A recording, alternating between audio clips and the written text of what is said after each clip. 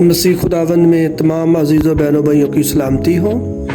آج ہم خداوند کے کلام کو سیکھیں گے کہ جب سلیمان بادشاہ بنا تو اس نے خداوند سے سمجھنے والا دل خدا سے مانگا کہ مجھے سمجھنے والا دل دے تاکہ میں اپنی قوم بنی اسرائیل کا جو انصاف ہے وہ کر سکوں۔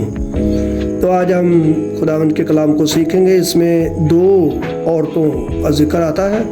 دو عورتیں سلیمان بادشاہ کی عدالت میں آئیں اور سلیمان بادشاہ نے بڑی حکمت اور خدا نے جو اس کو سمجھنے کا دل دیا تھا اس کے مطابق ان کا فیصلہ کیا۔ خداوند کے کلام میں پہلی سلاطین اور اس کا 3 باب اور اس کی 16 آیت سے ہم خداوند کے کلام کو سنیں گے۔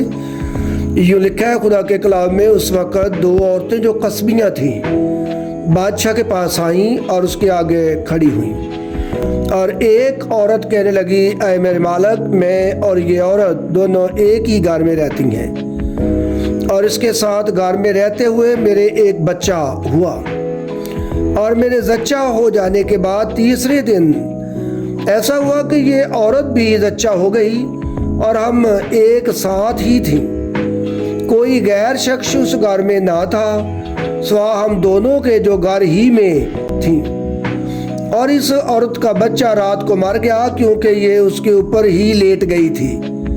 سو یہ آدھی رات کو اٹھی، اور جس وقت تیری لونڈی سوتی تھی میرے بیٹے کو میری بغل سے لے کر اپنی گود میں لٹا لیا اور اپنے مرے ہوئے بچے کو میری گود میں ڈال دیا۔ صبح کو جب میں اٹھی کہ اپنے بچے کو دودھ پلاؤں تو کیا دیکھتی ہوں کہ وہ مرا پڑا ہے، پر جب میں نے صبح کو غور کیا تو دیکھا کہ یہ میرا لڑکا نہیں ہے جو میرے ہوا تھا۔ پھر وہ دوسری عورت کہنے لگی، نہیں، یہ جو جیتا ہے میرا بیٹا ہے اور مرا ہوا تیرا بیٹا ہے۔